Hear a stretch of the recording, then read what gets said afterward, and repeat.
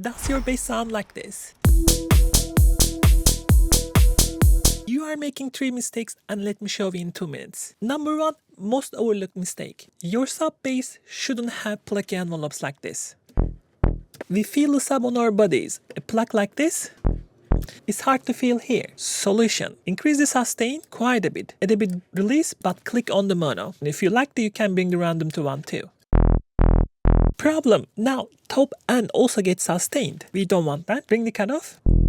Create another envelope. This can be sharp and build on top. Now that is a fat top bass, but we lost the top end. That brings us to the second part. Bring the second layer. Now have fun with the envelope. You can have that pluckier envelope here. And see, we are in 1 octave up. Together they sound like this.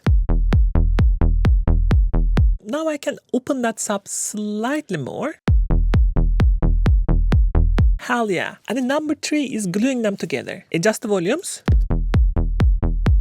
Glue them together, go to your group, use some form of saturation. The best saturation that I ever know comes from the Vanguard, but you can use any saturation that you like. I'm gonna go to tube, turn on the RSX, and drive this and hear it.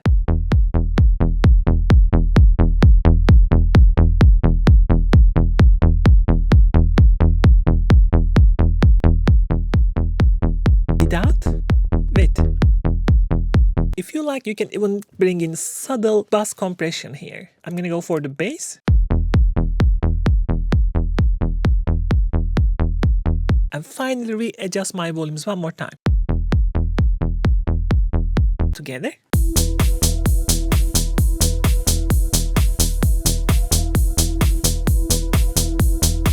Now you can feel it here.